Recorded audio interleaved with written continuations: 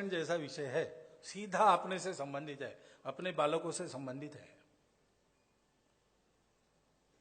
मैं आरक्षण मैंने कहा तो पत्रकारों के कान खड़े हो गए होंगे, लेकिन उस समय भी मैंने क्या कहा, किसी ने मूल से पढ़ा है ऐसा नहीं लगता हमको। संघ की इसमें जो भूमिका है उसी का मैंने प्रतिपादन किया था। सामाजिक भेदभाव जब तक है तब तक सामाजिक आरक्षण चलेगा, ये संघ का कहना है। और सामाजिक भेदभाव समाप्त हुआ, अब आरक्षण निकालो, ये उनको कहना पड़ेगा जो सामाजिक भेदभाव के शिकार है, तब होगा। यह संघ की पहले से भूमिका है। बालासाहब ने तो पत्र परिषद में भी कहा है, क्योंकि ये वास्तविकता है, सामाजिक भेदभाव हुआ है और वो अभी गया नहीं है, अभी भी उदाहरण आते हैं। पेपर में छपते वो तो उदाहरण आते ही है, मंदिर में प्रवेश नहीं हुआ, पानी निकाला इसलिए पीटा, ये सब आता ही है।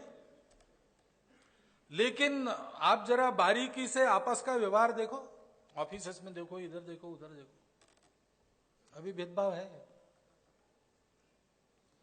पहले ये भेदभाव सहन किया जाता था, आजकल सहन नहीं किया जाता है, उसका प्रतिकार इतना ही फर्क पड़ा है और क्या। लेकिन भेद यानी मन में है, ये मन से जाना चाहिए।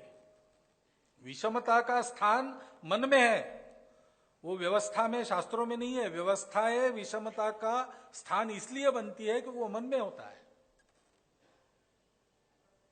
अच्छी व्यवस्था भी विषमता से ग्रस्त तब हो जाती है जब चलाने वालों के मन में अपना पराया आ जाता है।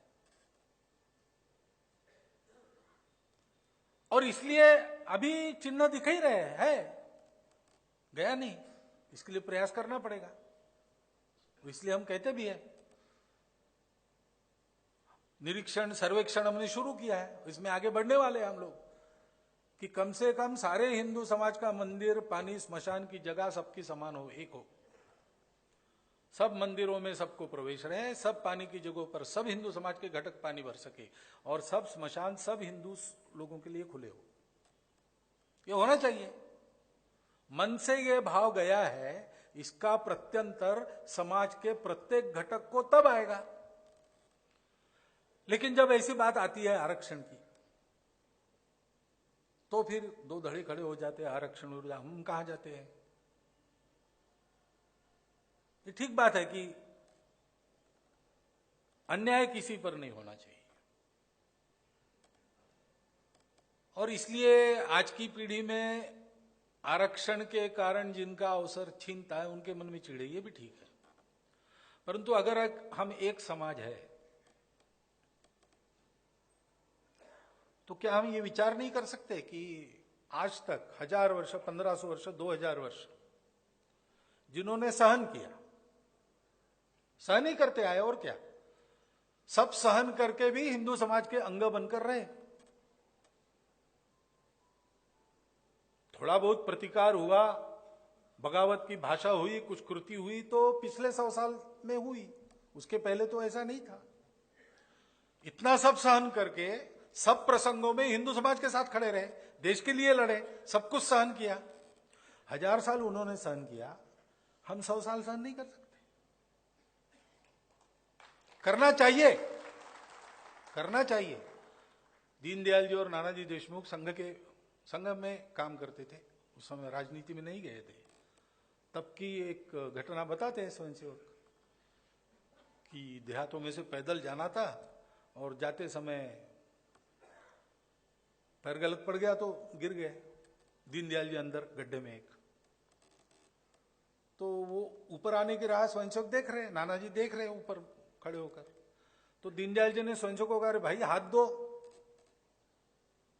और बाहर आने के बाद उन्होंने कहा कि देखो, गड्ढे से बाहर निकलने के लिए मैंने अपने पंजे पर मैं खड़ा रहा, एड़ियां ऊंची की, हाथ ऊपर किया, और तुम झुक गए और मेरा हाथ पकड़ के मुझे खींच लिया। ये दोनों बातें जब इकट्ठा होती है, ऊपर वाला झुकता है और नीचे वाला उठता है, तब समाज की उन्नति होती है। समाज की उन्नति का यही शास्त्र है। अब नीचे वाला अगर हाथ ऊपर कर रहा है और उठने की चाह रख रहा है, तो ऊपर वाले अगर एक समाज के हम हैं, तो एक कर्तव्य है ना हमारा झुकना,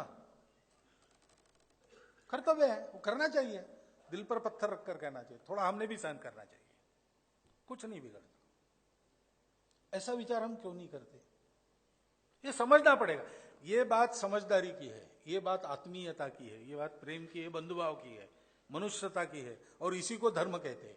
धर्म की जो इथिक्स है, धर्म की जो मूल्य है, वैल्यूज है, वो यही है। सत्य, ज्ञान।